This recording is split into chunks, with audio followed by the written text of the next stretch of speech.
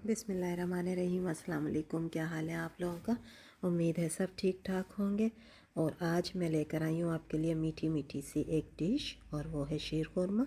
इसके लिए ज़रूरी नहीं है कि ईद ही हो, बस जब दिल चाहे तो शीर खुरमा बना लें। और वैसे भी सर्दियाँ हैं तो मीठे का तो दिल चाहता रहता है। तो मैं आपके लिए लेकर आई हूँ मज़ेदार सा शीर खुरमा। इसके लिए क्या किया है, मैंने 2 kg दूध लिया है और इसको मैंने बॉयल होने के लिए रख दिया है। फिर इसके अंदर जो है वो मैं 3 से 4 छोटी इलायची जो है उसको तोड़ के वो डाल दूँगी छिलके समेत। और क्योंकि छिलके का भी फ्लेवर होता है ना, तो वो भी अच्छी खुशबू आ जाती है। तो बाद में बेशक आप छिलके को निकाल दें।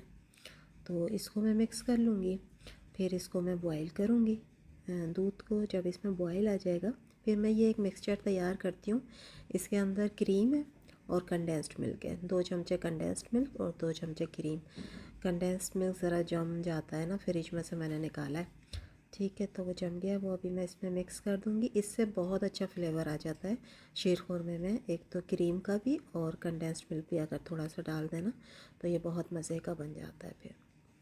अच्छा, फिर हम इसको मिक्स कर लेंगे और इसमें वो कंडेंस मिल्क जो है वो बिल्कुल मेल्ट हो जाएगा।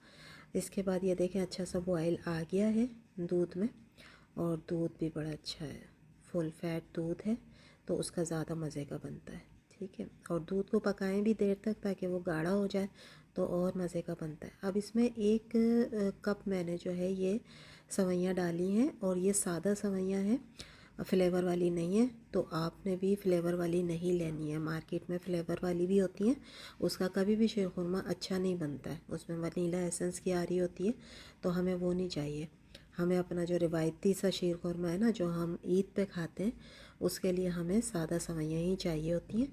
और ये सवैयाँ भुनी भी थी तो इसलिए मैंने इनको भूना नहीं है। अच्छा, दूसरी जगह मैंने पैन में थोड़ा सा घी लिया है और इसके अंदर मैंने ये मिक्स ड्राई फ्रूट है जिसमें बादाम, अखरोट और किशमिश है। इसको मैं हल्का सा रोस्ट करूँगी, क्योंकि मैं शीर खुरमे में रोस्टेड ही ड्राई फ्रूट डालती हूँ।